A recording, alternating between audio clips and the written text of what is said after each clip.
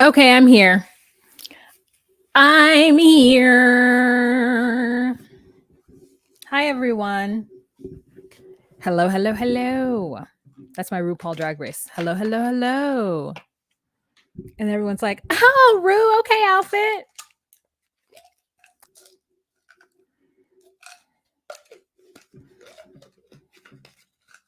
I have to take my medicines, my vitamins, as the Brits would say. My vitamins. You want to know what I'm taking? I'm taking this because this is supposed to help, supposedly, with eggs and making them healthy. So I've been taking this since March. Then I have my prenatals from Ritual. You guys have heard of Ritual. Everybody gets sponsored by Ritual except for me. But I was one of the people who went and saw, I don't know if it was Julesy or if it was Evelyn. Somebody I listened to was sponsored by Ritual. And I had this thing ever since. I've had it for like 2 years, maybe 3, but then I stopped taking them last year. And then I re-upped my thing again.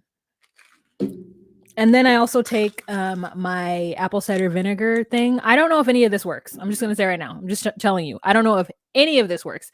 The apple cider vinegar is to help with my sugar because the doctor had told me that I was pre-diabetic, and supposedly taking ACV pills is supposed to supports weight levels, supports blood glucose levels, which is what I need, supports cholesterol level and immune system. So I just started taking it like last week, so I won't know if everything is good.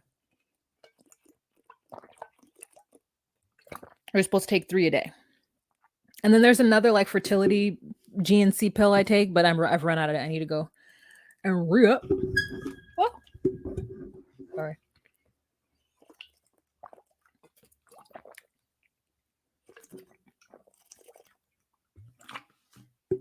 What was for lunch? I had a salad. You know, it was an unexciting, uneventful salad. It's always the worst when I eat something that I don't find delicious, because then I will still be thinking about eating something delicious. Like I'm full. I'm no longer feeling the pangs of hunger, but I'm not like full in my spirit. I didn't eat something delicious. All right, let's just get started. Hey guys, it's Wahima, but just call me Wah. Melanated! Welcome to my recap of Seeking Sister Wife. This is season 4, episode 5. I didn't write down the title. Do I have pictures of these families? I do. Look at me. A whole YouTuber. I know I probably say that every week. For those of you guys who are new to my channel, my name is Wah, and I do recaps of relationship reality TV, such as 90 Day Fiance, Love After Lockup, Seeking Sister Wife, Married at First Sight, sometimes hardly ever, never. So if you are at all interested in that content, please go on ahead and subscribe to my channel. Don't forget to give this video a thumbs up. If you are liking at all what you are hearing, you can go ahead and give your girl a tip, okay? Down below are all your options for giving your girl a tip. You can do Zelle, Cash App, Venmo, PayPal. You can also do a thank you for my international baddies who aren't able to do those. There's a thank you right next to the thumbs up, or not right next to, but it's like, 4 spaces over from the thumbs up, which you should give this video. 41 people in this room. Please, can I get some thumbs ups? And you can do that. Oh, thank you, Hard to Know. Thank you. Did anyone do anything for me? Nope. Great. All right. So let's talk about. Oh yeah, I did do an outfit change. It's a new video. She's a performer. You know what I'm saying? She likes to give a show. She likes to do a show. Okay, let us see now. Where are my menial, like the smallest amount of notes ever to ever be noted? All right, you know what? I'm just gonna go off the cuff. Marsha, hello. Oh, good, Marsha. Marsha, did you DM me? Somebody named Marsha DM'd me. And if it's you, let me know. Hi, Natasha. Hi, Sean. Hi, Hard to Know. Hi, Zelle. Hi, Jaylee Doo. Hey, Gabby. Hey, Gigi. Hey, Sarah. Hey, A. Ford. Kamisha. Summer of Dragonfly. Hello. Dedria. Hello. Mickey. Just jumping in to give a thumbs up. Thank you, Mickey. I appreciate it. I don't know if you're here still, but thank you so much. Okay, Marsha. Good. Now I know that's you. All right. Thank you, Lala, or La, L-A. Thank you so much. Alrighty, let's jump in to the first couple I would like to talk about, and these are the Foleys, because I think that there's something going on in this that we're not being made aware of, and I want to kind of speculate on what that is, just because I'm nosy. So I'm going to tell you right now that these producers cut out bits of important information that we would want to know in order to cause there to be some kind of drama or to cause more of a stake. If there's stakes, if something's at stake, right? So one of those things I will talk about when we speak about the Epps family, because there is some information that they have not put out there with the Epps family, which I think would kind of change the way the audience views the family if this information were out there, or at least shown on the show. So that's why now I'm like, with every couple, who knows what the truth is, or not the truth, but who knows what other information could be given to us so that we could formulate a different opinion of the couple. Or the throuple or the group or, you know, whatever they're called. So let me just say this. We have Stephen and, oh shoot, what's her name? Steve and Brenda. We have Steve and Brenda, the Foley family. And as you guys can recall, Steve was married to X. I don't know her name, so let's just call her X. Let's just call her X Tina. Steve was married to X Tina, I don't know for how many years, but at least 18, because their oldest is 18. His name is something I can't recall right now, but he's got a little bit of scruff and he's going to work on that. He's going to pull on them whiskers until they grow long and actually become something he can pull on. They lived in, I think, Colorado or Utah somewhere, but they're Mormon. At least is what I recall. I could be wrong, but I believe they're Mormon. Now, if you guys know anything about polygamy and the Mormon church, you know, or the Church of the Latter-day Saints, you know that the reason why there are so many Mormons running around this world, this country at this moment, and I'm talking about Mormons who consider themselves to be like pioneer families or whatever, is because traditionally Mormons were polygamist, because that is the fastest and the most expeditious way of bringing members to your church is by having children, because those children will be members of the church. So that is why, for Mormonism to be such a young religion, I think like 200 years old, for it to have so many members. At some point, maybe, I don't know how long ago, but in the 1900s at some point, they walked away from polygamy. Because with polygamy comes stigma from other religions, comes stigma from the country, comes stigma, which I don't truly understand. But that's neither here nor there. So the Latter-day Saints walked away from that, and they were like, no, polygamy is bad. We're not doing this. We're not practicing anymore. But then they had to turn their back on it so hardcore that they ostracized those of their religion who chose to continue on that path. And those are usually called fundamentalist polygamists, fundamentalist LDS. Not all considered fundamentalists, but for the most part they are. Okay. So because of this outrage that the Mormon church, this next couple of generations of the Mormon church feel for polygamy, it's like gross. We hate them. We hate the polygamists. We hate the way they make our religion seem weird and backwards. Oh, we're so angry at them. Like, it's like irrational dislike of polygamists, in my opinion. Especially if that's where, you know, most of your legacy comes from, is from families that were polygamous. So then you have, fast forward to Steve and Brenda.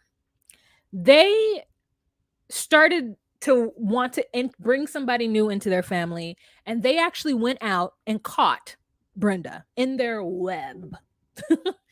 And so, something's in my eye. They started off as friends, but it quickly became something where Brenda got really close with the wife and Steven, and they brought Brenda into their family.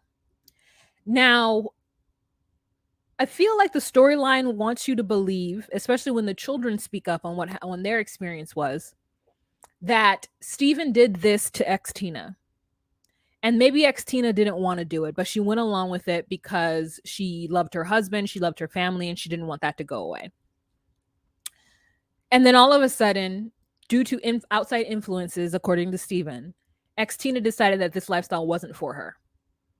So she left, but Brenda stayed. And now they live separately from their children, or Steven and Brenda. And from Steven's point of view, at some point, the kids were actually calling Brenda mama.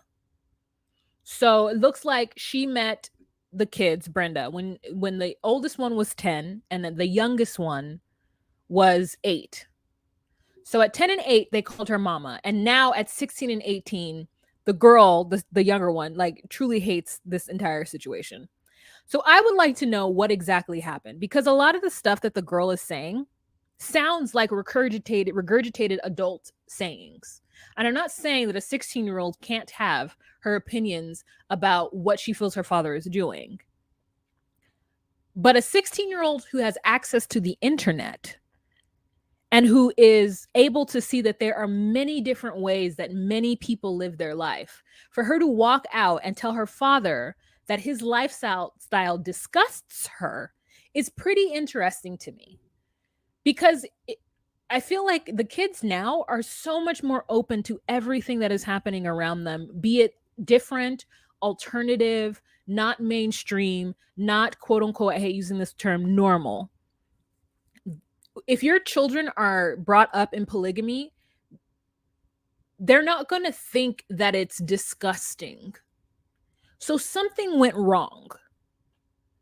And I wish that Brenda would tell us what happened, because I don't really trust Steve's version of what happened, because a lot of times people shape things in there to make them look good, regardless of if they like mean to or not. I think it's just human nature to kind of skew things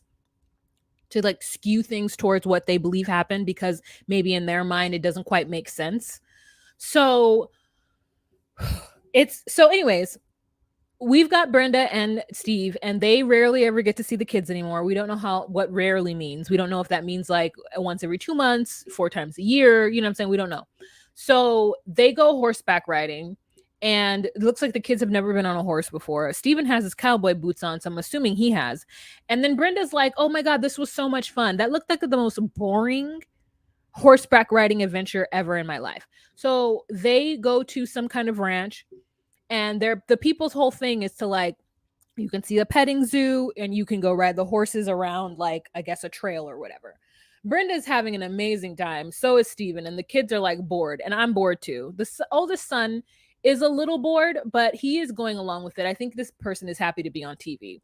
The angsty 16-year-old, she is, I just like, madam, who is your stylist? Who styled that girl? I get what she's going for, but she wasn't hitting it. She wasn't hitting it for me. And the two children have wild lisps. Like at some point she says "wield" for weird. This is so wield. And I was like, at 16? Huh. Oh, it's in my eye. I can feel it attacking my eyeball. Where is it? What is it? Where is it? And what is it?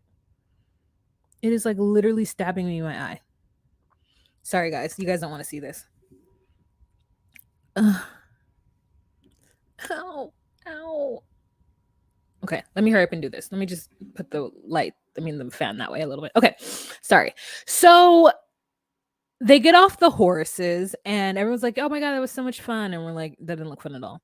And the two kids go to the petting zoo, and Steven tells us that his kids have, not been brainwashed. He didn't want to use that word, but he basically says that his kids have been given a lot of outside influences. And so he's having a harder time with them. And he says that the youngest girl just knows how to push his buttons, that she can just say anything to jab at him and to make him feel horrible. Ow. Sorry, let me take myself down and let me do this. Sorry. I'm so sorry.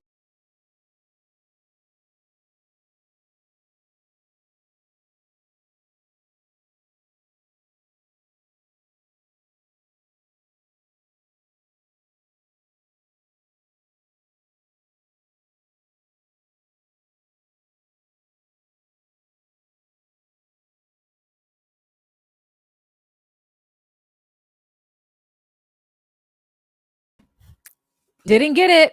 So annoying. Okay. So anyways, we get back to the house. Oh no, sorry.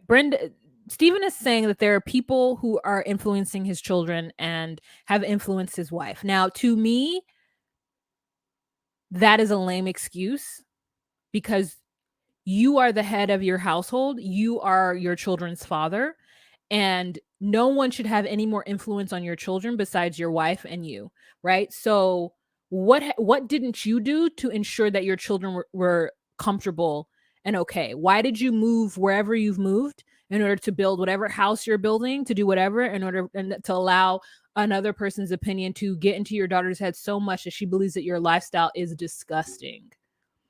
Like it's one thing if she doesn't agree with it because she doesn't feel like she could do it or she doesn't like it, but it's another thing to say that it's disgusting. It's another thing to say because they were with Brenda and your wife supposedly in a happy situation at ages 8 and 10. So had you explained it to them at 8 and 10 what was happening, there would be no way that someone else would be able to change their opinion so dramatically. So then we have a little confessional from the brother who says he doesn't quite remember or know what was happening in the earlier stages when Brenda joined the family. He just knows that his mother was unhappy. And then when it ended, she was happy again. So then that leads me to believe that the ex-Tina was never truly aboard on this.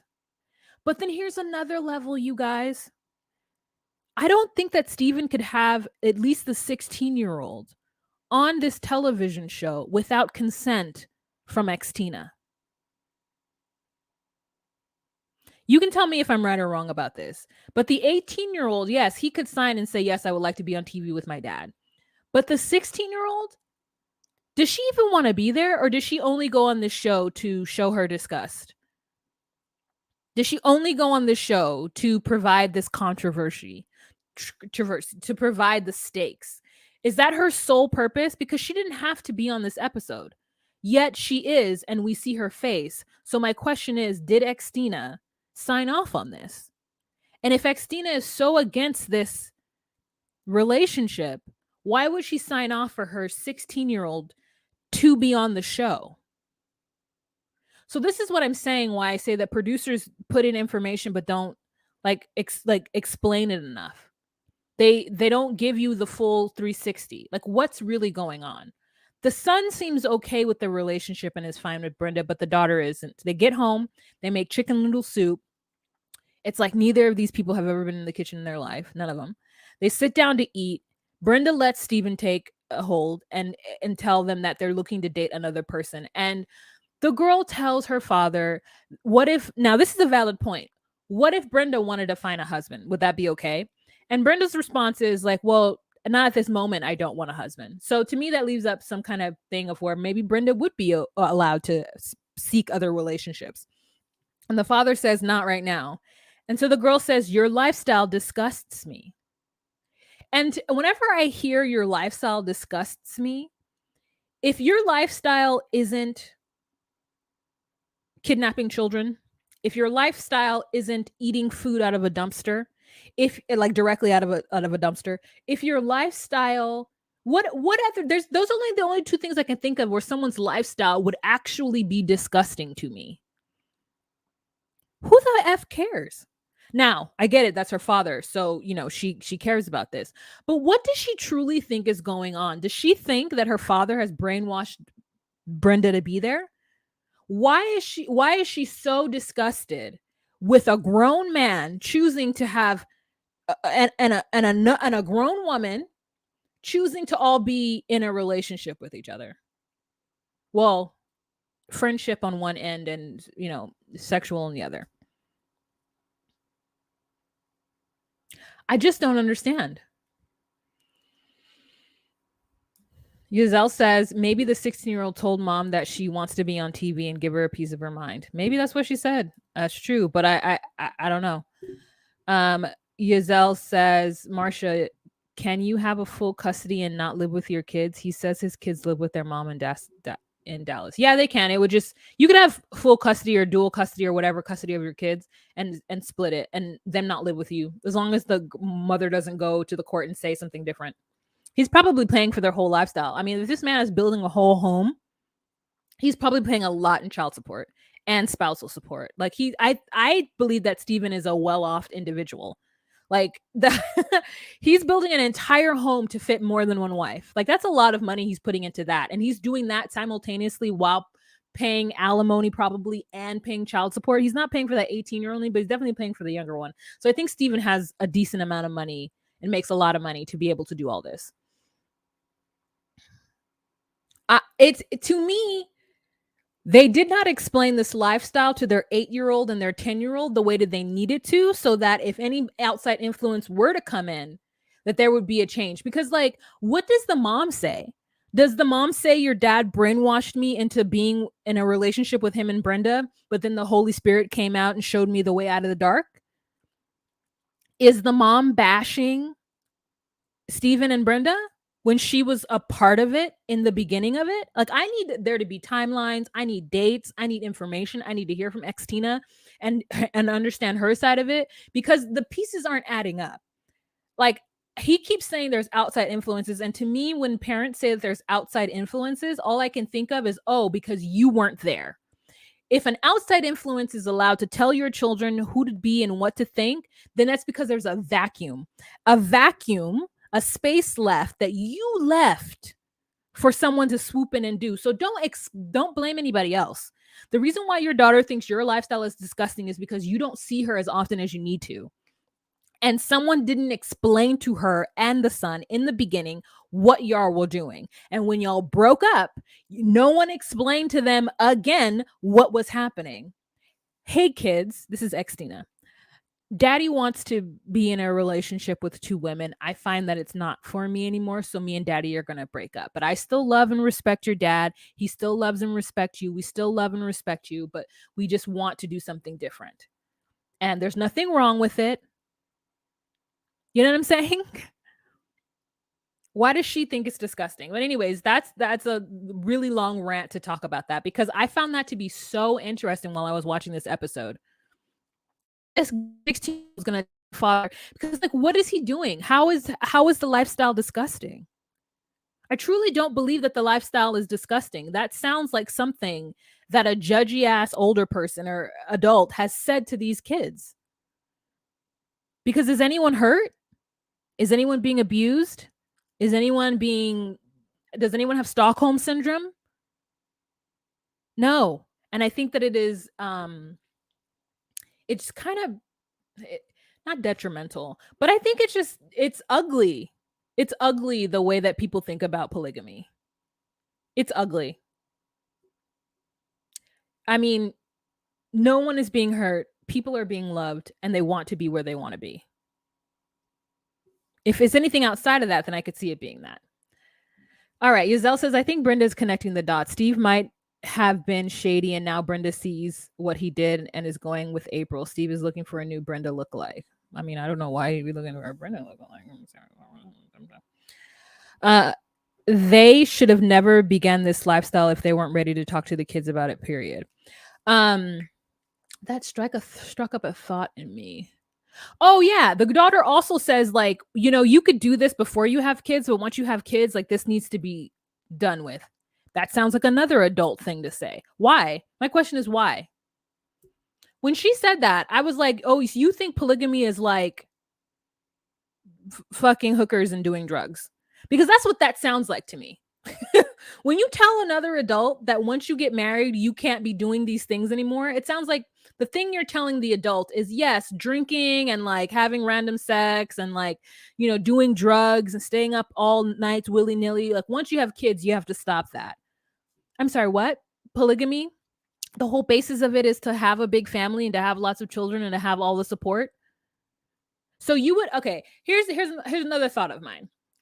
We have a lot of examples of families that do shows on TLC that are about the woman just pumping out kids, right? We have the Duggars, we've got Welcome to Plathville, we've got whatever. There's a whole world of Christian fundamentalists who are quiverful, and their whole thing is just to pump out as many children as possible. And we will watch a woman tell her 3 oldest kids that they need to watch the 3 youngest kids, and those 3 we'll let women indenture their own children, and specifically their female children, to watch and raise their younger kids.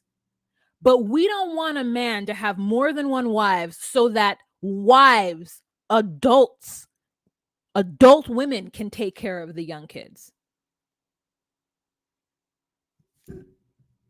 If you were okay with the Plaths and the Duggars having a million children and then having them all be responsible for each other, then you should not be upset with polygamy, because at least the polygamists want the adults to take care of the kids.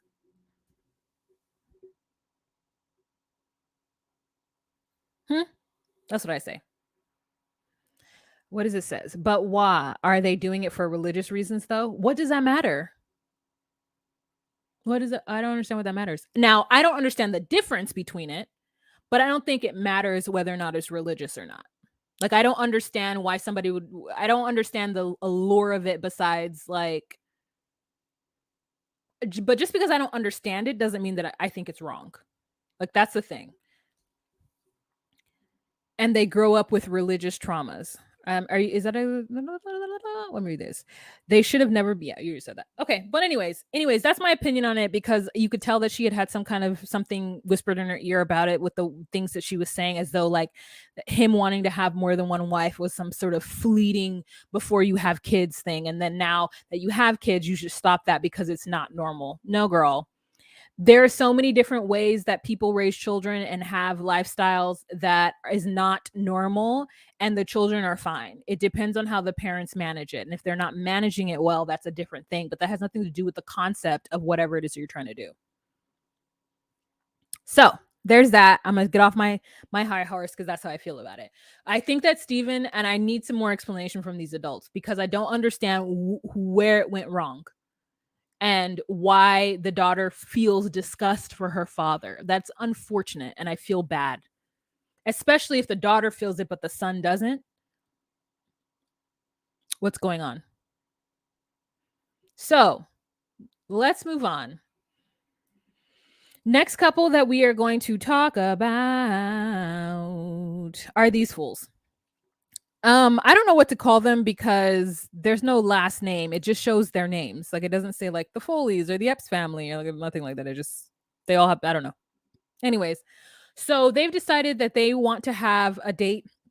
Sorry, the 2 ladies have a date with the new girl, and her name is Danielle, the new girl. So it's April and Jessica, I think, have a date with Danielle.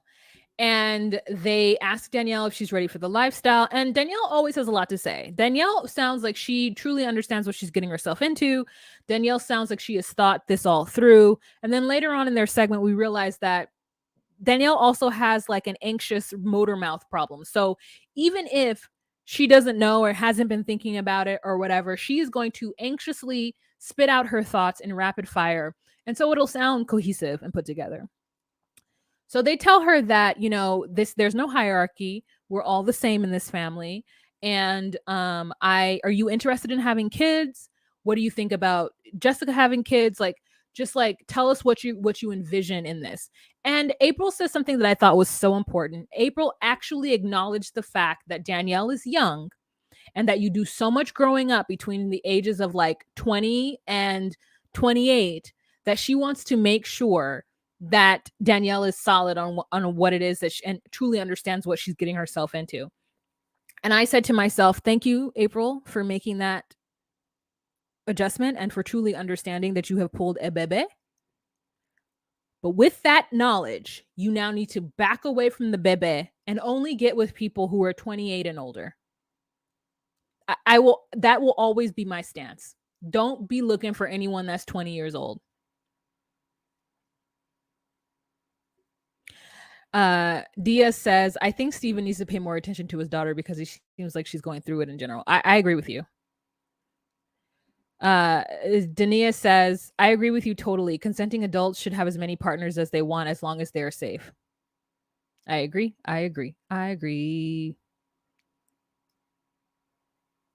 Zelle says, my problem when it comes to the leader seems to when the leader seems to care about the new thing and doesn't seem to care about the already there family. Have we seen that? I mean, we've seen a little bit of it with Brenda. We've seen a little bit of it with Steve. We've seen a little bit of it with Garrett, for sure. So I think you're right with that, Giselle. But we don't see that with the Joneses. We don't see that with the Epps. Like, so we don't see it all the time. I think it's just those men. That's a smart man. He got all those women. This is Nick or Nate, whatever his name is. He got all those women, does the work while he does research. Lolo says the daughter is 16 and is entitled to her opinion. One man and multiple women is what has formed her opinion. Kids know a lot even at 16. The daughter is not to be blamed for her dad. Okay, if that's what you got out of what I said.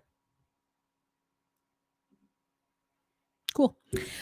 So Nick, yeah, here's my problem with Nick. The reason why I don't like this couple is because this trouble or this family is because Nick doesn't work. And I don't know why that doesn't make sense to me. I'm not being rational, but at least all of these other men are breadwinners. And even if they aren't solely breadwinners, like to me, part of this, I don't understand what Nick and the rest of them are doing it for. Like, I truly don't. And I don't have to because it's outside of religion. And I know I've said this over and over again. Like, when it's outside of a religious purpose, I don't quite understand it, but I don't have to. But when it's outside of a religious purpose and the husband, the person who is the one who wants all the partners, doesn't work, I'm really confused. It couldn't be me, and that's why. I think I can put myself in each of these other families, not Garrett, but all the other families I could put myself in too and see myself kind of being there like an alternate version of myself, or it speaks to a certain part of who I am. But I could never take care of a nigga. I could never, ever, unless he was taking care of the kids, unless his job was at home with the kids, he cannot sit at home and do research. Ever. He can't. He cannot. I can't do it. This is what I want to do. What you see me do right now is what I want to do. Okay? I want to provide an opinion on the internet, and I want to get paid to do it. Okay? I want to be sponsored by Essentia Water, and I want someone to pay me to do this. Okay? I want to be here. I want to have a mic. I want to do this, and I want money to ching into my account from doing that. Okay? That is what I want to do. I want to entertain. I want to perform. I want to engage. And for me to do anything but this, so someone else could sit at home and do research? Mm-mm. Mm-mm. Mm-mm.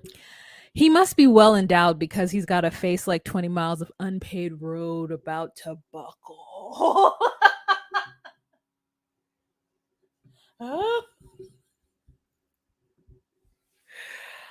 He has a face like 20 miles of unpaved road about to buckle.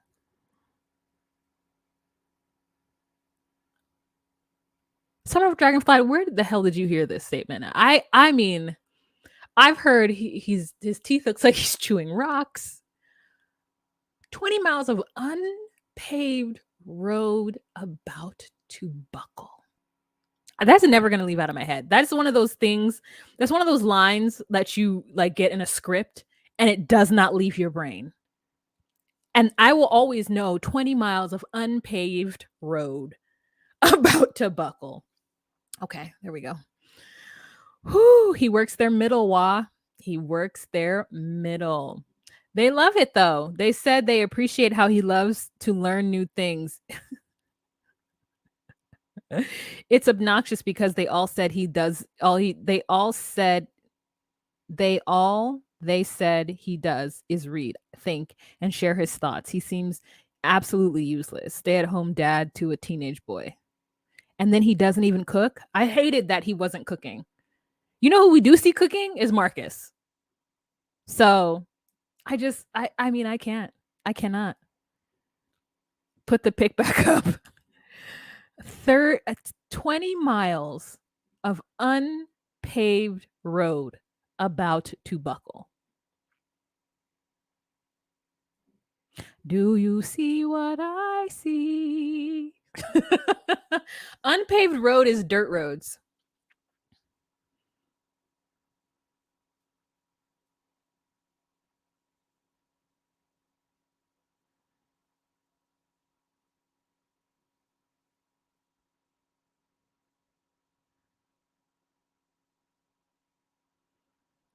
Oh, Judith says he don't cook, he don't clean, but let him tell it he got that ring. Oh, wow. Guys, the pig is not bad. You haven't seen him. You haven't seen him. I mean, it's not like I don't think he's like horrid, but you know. Okay, alrighty. I can't unsee the imaginary. Alrighty. So, anyways, the ladies are out with Danielle and they get a good vibe, so they decide that they're gonna do a weekend together. Danielle says that she does have a hard time spending all day and all night with people. Sometimes, and so like even her best friend is like, "Ooh, difficult."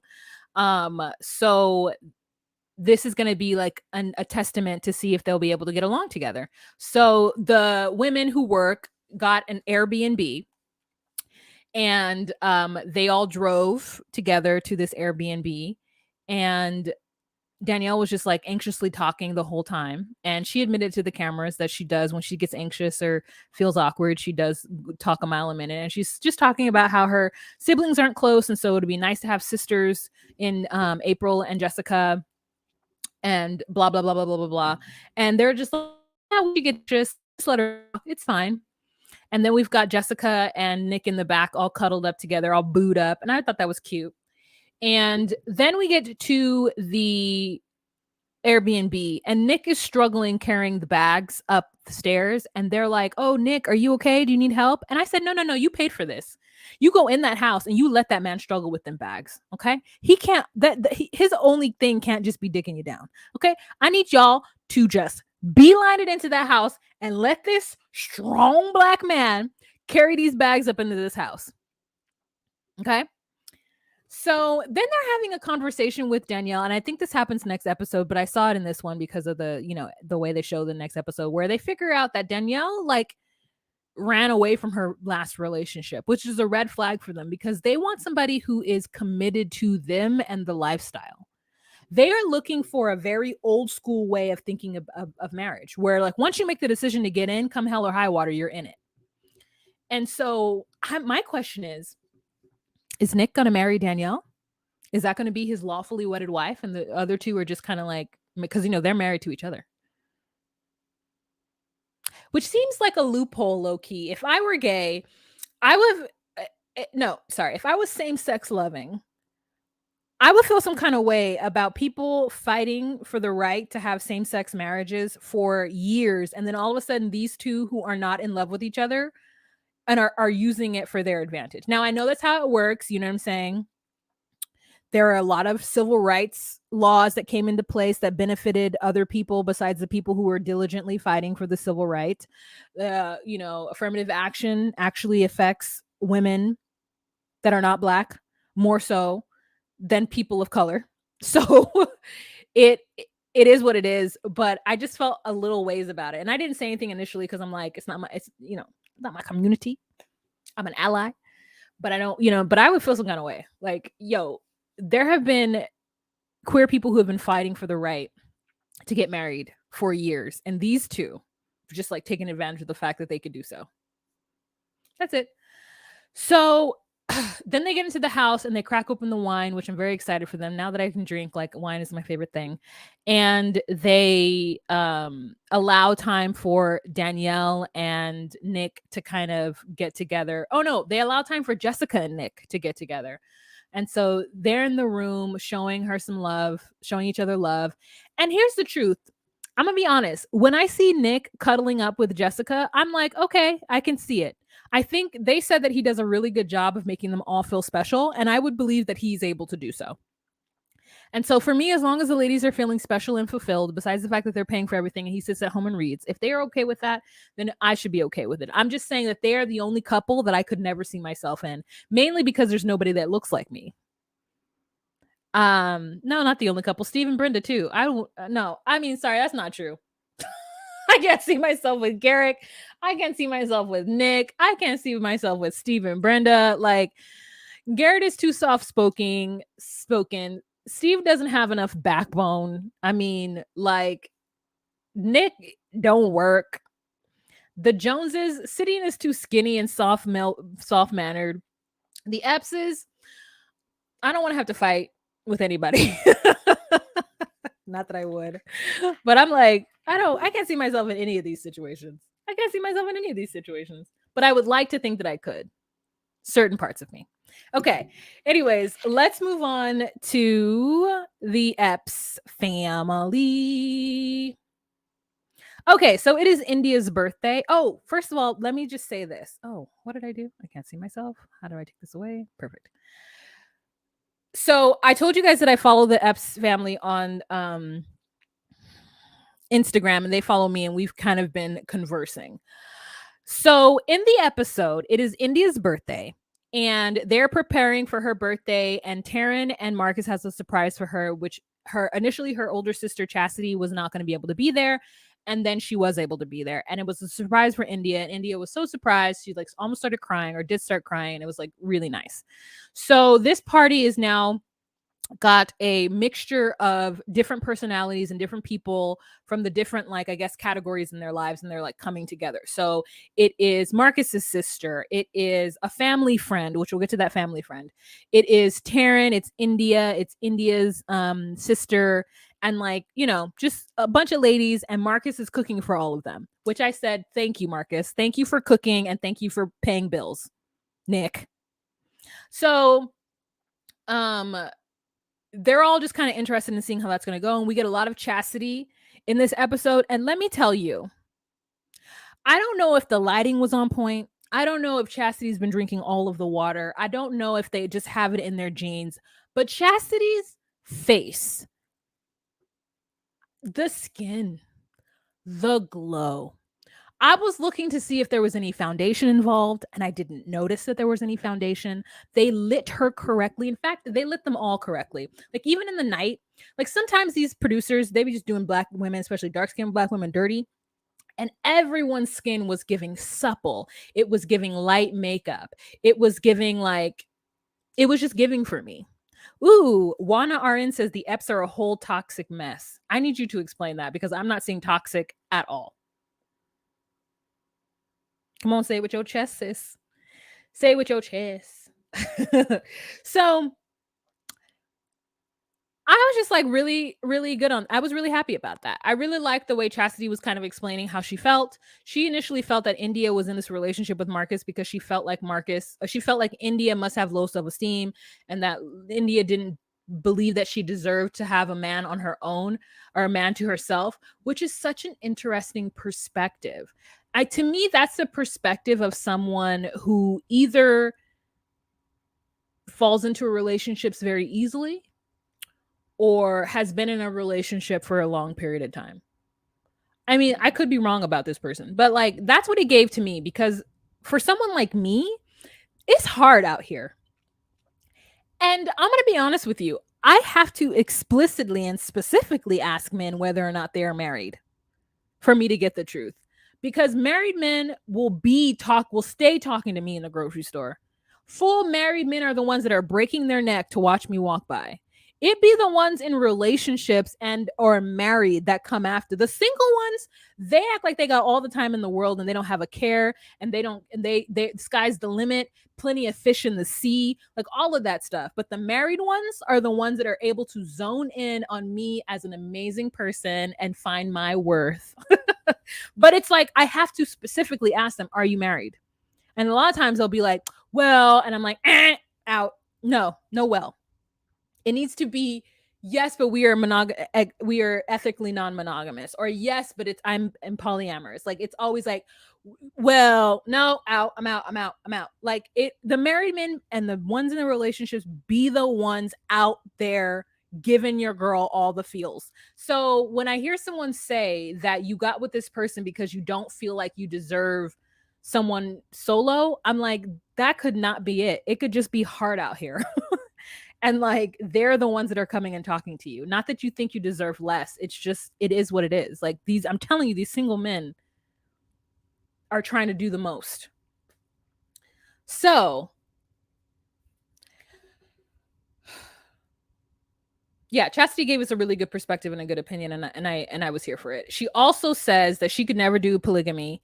And what was the other thing that she said that it was kind of like, okay, I could see that she has a difference of opinion about the way things are going down, but she's going to support and love her sister. And I thought that was beautiful, because it's like, yes, you could disagree and you could say this isn't for me, but you don't have to hate. And that's what I find to be interesting when people hate. So the ladies all get together, and there's a joke made about how inebriated they want to get that night. And then, they start to have a conversation about polygamy and, what their family dynamic is going to be. Marcus like scurries off in the corner to cook because he's like, not trying to get all in that. I'm not trying to, I'll let them have that conversation. And then India and her sister and the family friend, who I found out from the Epps family that family friend Lakeisha is actually the mother of Marcus's first kid. And that first kid is not featured on the show. It's not any of the ones we've seen, but that person is an adult and is like in the army. So why word on the street is that he has 10 kids, right? Why haven't they explained that to us? Why do they just throw in Lakeisha as a family friend? Why don't they say who she is and how her being here is relevant to Taryn and India?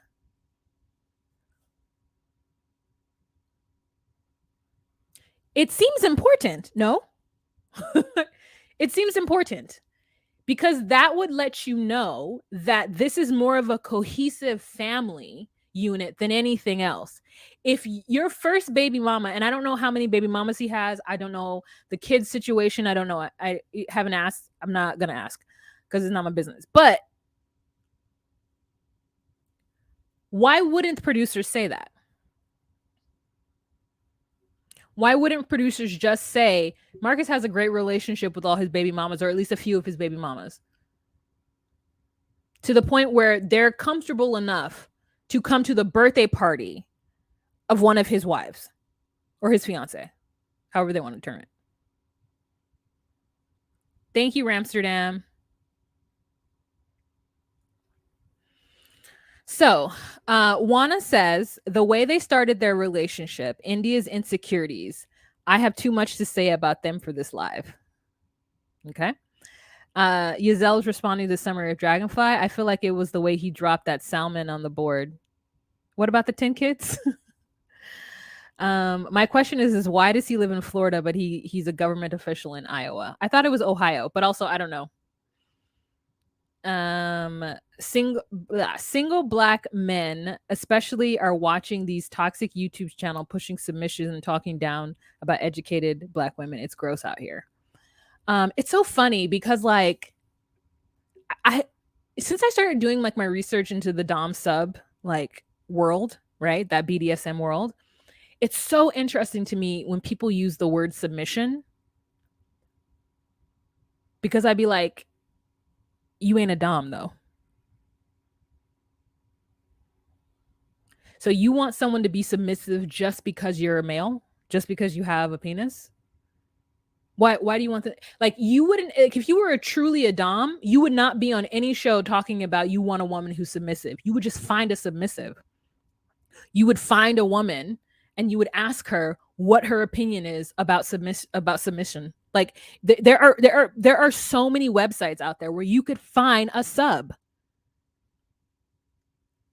Like, it's like, why do you want to pull women who don't want to be submissive into the world of dom and submissive? Like, I just don't get it. There are women out there who like that, who will give up that power to you as long as you are powerful enough to take it, as long as you truly understand your role. I'll play my role if you play your role, and the minute you don't play your role, I'm out. It's just so weird. Maybe Marcus was like, listen, I don't sleep with Taryn. She's a wait. Looking for another. Taryn gives me this guy is my friend. Taryn gives me this guy is my friend. Really? Oh, she don't give me that at all. She gives me like, I love this person and I want this person to be happy, and I'm happy. I'm taken care of. I'm cool. That's what she gives me. That's what she gives me. I'm cool. I've been with this person for a long time. We have 9 kids. I mean, we have a 9-year-old together. That's what she gives me. It's just so interesting how everybody has a different interpretation. I love it though. Thank you so much. Thank you so much, Zelle, and thank you so much, Wana, for being that like different opinion. And I'm not trying to shoot you guys down at all. I want to put your comments up so people can see it. Okay, hard to know. Marcus is having all those children could be a way India is feeling uncomfortable with having sex with partners. She doesn't have a track record of being safe. I don't know because I haven't asked these questions. Sounds like Wana needs to join so that she can give us the tea. Hi, Sienna. D says, it seems like some of these men start out monogamous and start pushing relationship boundaries until the women in their lives give in to polygamy. I think that's an easy way. I think that is an easy out, an easy way of thinking that that's what happened. Like, we want the women to be victims so bad, and I don't understand why. Is it because we've all watched too much Lifetime television for women in the 90s, and so we think that this is what's going on? These are grown people. None of them, especially with the Nick, they all could work. None of them are like stranded at home, grew up super sheltered, don't have any real life skills. Like, Brenda fully works a job. India, and I don't know about Indian and Taryn, but my assumption is that they fully work some kind of job. Like, India does like fashion. She has a whole website for it, like a whole Instagram. Not sure exactly what she does, but these women make their own money. So I think it's like, diminishing to say that they were somehow brainwashed or that they, they just gave in to polygamy. I think it's unfair to the women involved to think of them as people who are weak. Do you know what I'm saying?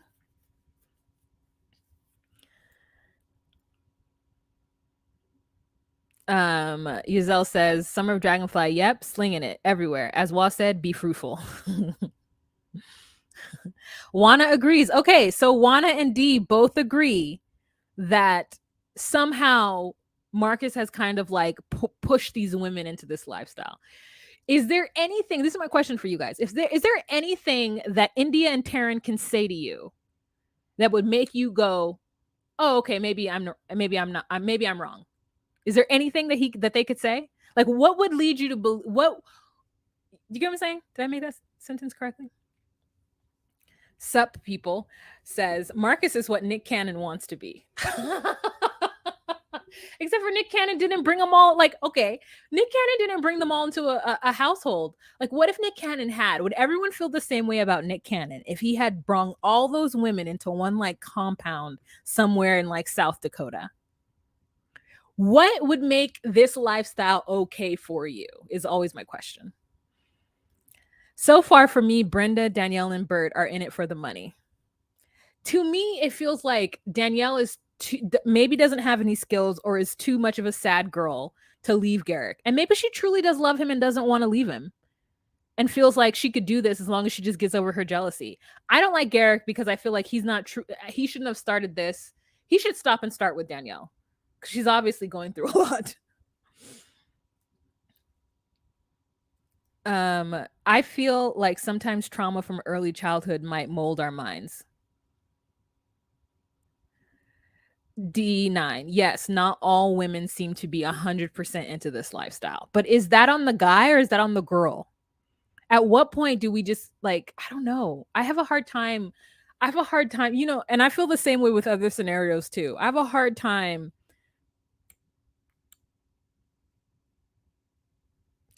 diminishing the opinion of the woman in this perspective, in this mold, by saying that they don't know what they're doing. I'm gonna hold them just as accountable as I hold anybody else. I'm gonna hold them accountable. I'm gonna hold them accountable for their choices. Why don't we see one wife with multiple husbands? They exist. I follow one account on Instagram or on TikTok. It's a black girl with dreads, and she got 3 fine men, girl, and they all got dreads. They fine. This is a whole fine family. And I was like, well, it happens. They would call Nick a cult leader. Mm-mm. She got married at age 19. Who did? Nick Cannon is saving up for a compound, I'm sure. He has enough for a compound right now. Red Lipstick says, Marcus seems likable. I have met so many unlikable men, and even if they have their stuff together, they aren't nice or fun people to be around. I think so too. I have never gotten any red flags from Marcus. In fact, I truly feel like, and tell me if I'm wrong, so far from what we've seen of this show, we've seen more about Taryn and India and how India feels and how Taryn feels than we've seen with Marcus, or at least we've seen equal, right? It's kind of the same thing like with Brenda and Steve. We see Brenda and Steve together. We see how Brenda's feeling, but we see them together. It's like I've seen more segments with India talking to Taryn by herself or India talking to the camera by herself. Like India has a lot of ITMs solo, whereas like I feel like we don't see that much with Nick and Jessica and April. So we're getting, to me, a perspective of a sister wife more from the Epps than we are from the other couples. You can tell me if I'm wrong, but maybe it's because they're like black people that I pay more attention. Maybe because they're all like black women and like I'm like interested in this dynamic when it's not religious based. So I'm paying attention to them more. 2 stacks short of 60 likes. Thank you guys so much. Yazelle says, this lifestyle cannot be okay for me because my great grandmother was abused by the first wife until the day she died. My great grandfather did not support her. That makes sense, Yazelle. Okay, I'm understanding your point of view right now. Okay, I can see that. I haven't had that experience. The only experience thing that I've seen about polygamy is like the crazy ish that happens in the fundamentalist Mormon church. But I'm not going to let that taint my idea of polygamy, especially when we have adult consenting women choosing to do it. I was bothered how Nick said that they all had to compromise, but couldn't find anything he had to compromise on. That's true. Versus says, wow, we see women as victims because that's what the patriarchy has taught us. D says, I think some of the women are being gaslit by the men or by themselves into believing the situation is empowering for them. But why? Why do you think that? The problem is also that the children that come out of it, my uncles on both sides up to this day still have issues. Okay. But what if it was a happy, healthy household? Would they still have issues? With the situation with Marcus, these men do not seem forced. They seem happy. They seem happy to me too. Hi, Paige. Nick Cannon conspiracy theory. He's having multiple children in the hope of finding a genetic match for his failing health. That's what a lot of people are saying. A lot of people are saying that. They're like, he might need a new kidney, and so he'll have plenty of kids to get a kidney from. Hi, Sierra. Thank you, Ramsterdam. What about last season of Sister Wives? What about last season of Sister Wives? All right, let's move on. So the last couple that we are going to talk about are the Joneses. I still don't have a picture of them. Okay, well, you know, Sidian, it's like broke Johnny Depp, and Tasha, who is like, Tasha is giving me like cottagecore vibes. Like she has such a like high, soft voice, and I really feel like she just wants to be a den mother, and she really wants to take care of Sidian, and she wants Sidian to be happy. I feel like truly Tasha finds joy in serving others. And I can't take that away from her. Meanwhile, I'm like, but you want to serve Sidian? To each his own. Sidian is not for me. He's looking a lot better, a little bit more clean cut this episode. But his nervousness about meeting Ariel is annoying to me only because I know it's because he thinks that she's a 10 out of 10. And that low-key he doesn't deserve her. And so he's so happy to have this person that he never thought he would get with. And so now he like is running around the world to meet her. And I just, he's not for me. So anyways, Tasha's like, oh, you're taking walking shoes? Really smart. What else are you taking? And he's like, extra charger. And he's just like going over the things that he's taking in his bag. And she's like, you're really smart, Sidian.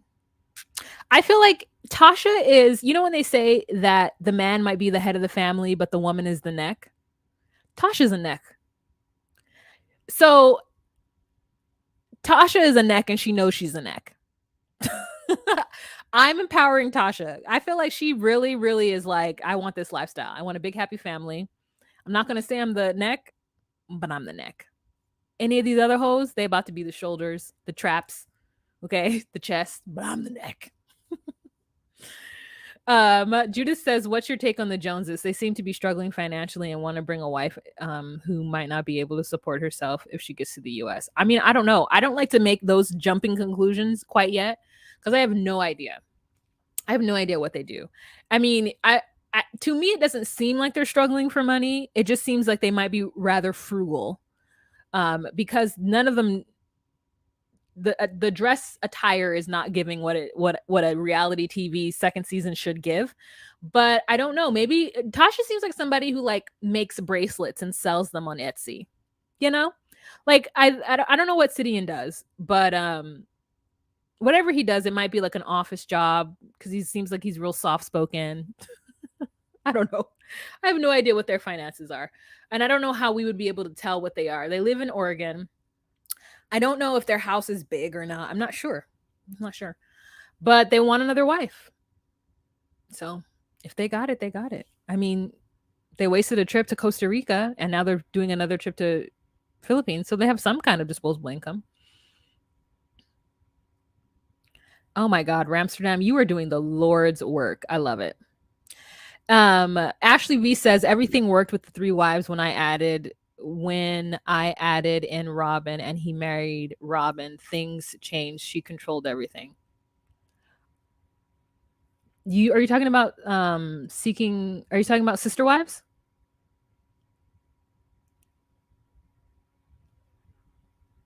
Everything worked with 3 wives. Robin?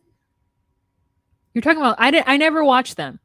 I never watched Sister Wives. I only know it because Chris did, and like peripherally I watched it. Like I know who Cody is. And I know who Christine is. I know who Robin is. I know who Mary is because she had that controversy where she started dating somebody else and it was a catfish. But I don't know who the other one is. Like I don't really know who they are. I know what Mary looks like. I think I know what Christine looks like. Is she blonde? And then Robin is dark haired and the last one. And the other one, I don't know. She's the other blonde. I don't know her name. Thank you, Paige. Make a Dutch girl happy. Get them likes up. So they want that girl bad. LOL. We have a beauty queen as a wife. That's what I think too. It's weird to me that they're just like, we really got to go talk to her or she'll give up on us. I'm like, people in 90 Day Fiance be affianced for like 2 years without ever meeting the person, only doing FaceTime. Like, why are you so scared that she's about to walk away from y'all? What y'all scared of? It's weird. So is this basically what Hugh Hefner had going on with the girls next door? I don't know what Hugh Hefner had going on. To me, his was more of polyamory. I don't really know the difference between polygamy and polyamory. I'm gonna be real with you. I think the difference is that in polygamy, there's one person and there's one man and then there's several women. I think polyamory is like you were in love with multiple people, but those people have other people too. And it's like kitchen table polyamory where those other people's people can come into the family and like y'all are all like living and loving each other. You don't necessarily live together, but you guys are like you all could come to a kitchen table and sit down and talk. But then sometimes there's polyamory where the like you may have two lovers, but those two lovers would never talk to each other or never know each other. Like stuff like that. Like I think, and then there's like where the woman has several wives, and that's something Landry or Landry. That's a little different. Okay, you're welcome. Juana says that she thinks that they're the sweetest couple in the show. They're the most soft-spoken for sure. Polyamory is having relationships with each other. That's what I understood. It's not all the time that. It's not that. It could be that if that's what you're into. But that's, I think more often than not, it's not that. It's like I may have a girlfriend and a boyfriend and another boyfriend. And the three may all know each other, or they may not all know each other. Or maybe two of us know each other and we're like a trifecta. So like maybe I am sleeping with the girl, I'm sleeping with the guy, and then maybe the girl and the guy are hanging out and you know, have a relationship too. But that doesn't mean that this person is involved with any of them at all. It just, that is where like the whole open communication and talking about it is really important. And that's what I find to be endearing about these different forms of relationships, because it requires so much communication in order for it to work well. And I would hope that each of these people are over communicating so that it can work well, so that people can be happy and healthy. JJ says, I think Hugh was definitely polyamorous and his business got along with his sister bunnies, LOL. So really it depends on what you make it. I do think that the difference between polyamory and polygamy is that polygamy is one male with several wives, and then the other version where it's one woman with several men is another word, something Landry. And then polyamory is where like everybody, as long as they're being safe and they've had conversations about it. Like one polyamorous person that I know has 3 women, and the only reason why he has the third is because the second woman is girlfriends with the third. So when he started dating the second woman, her girlfriend was like, I really like him too, so I'm gonna join. But like they all had conversation. Like she asked her, hey, is it okay? I think that me and guy are getting along well. And so girl was like, okay, yeah, he's great. You can date him too. So then they started dating. So he has 3. He has his original girl, he has the second girl, and he has the third girl, and he has kids with these 2 women. And they don't all live in the same house because first wife is like, I don't need to live with everybody. I'm cool.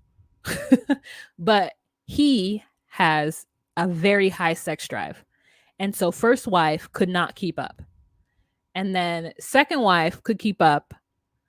And I don't know if he's sleeping with the third girl. I don't think he is. I think they just like cuddle and stuff because she loves him as a person, but not like I think she doesn't want penetration, I think. And then, so like, I'm saying, so I know someone who's in that relationship and like, but because there's kids involved, they have a kitchen sink because he actually stays home and takes care of the kids. And the kids are all under the age of 12. So he's fully dad. And the 3 ladies work, but they don't all live together. So he lives with second woman.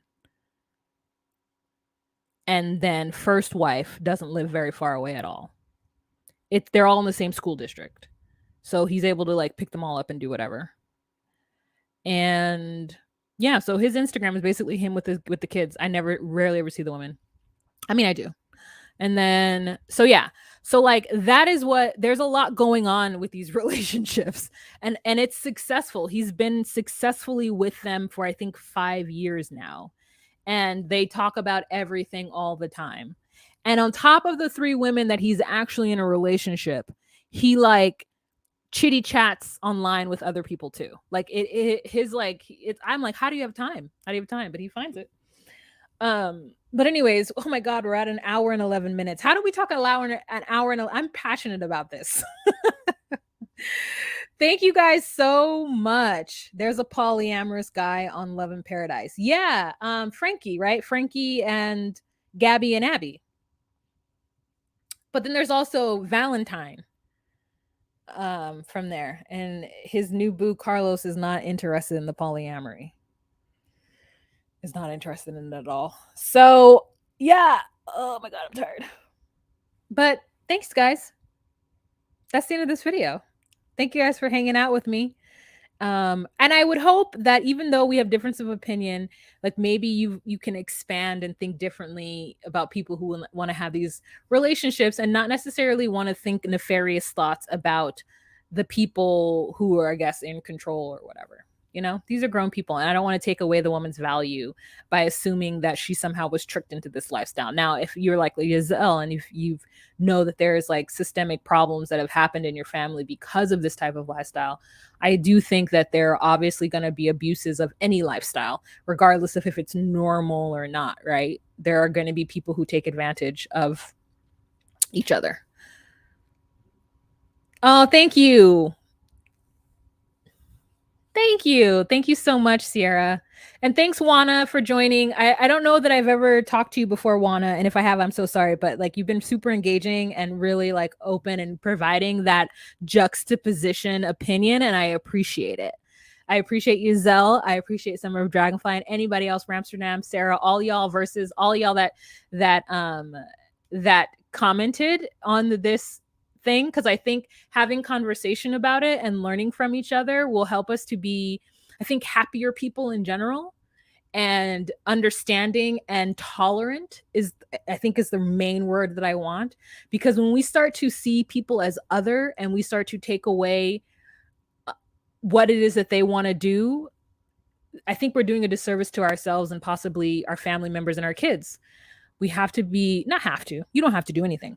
But I would love for people to be a little bit more open, especially when you think about who's hurting. Is everyone being safe? Is everything consensual? Like, I think those are the things that we need to think about before we just, oh, no, scoff, scoff, scoff. And if you couldn't do it, I fully respect that as well. If you couldn't do it, then you can't do it. You know what I'm saying? But I think tolerance and loving each other is like good.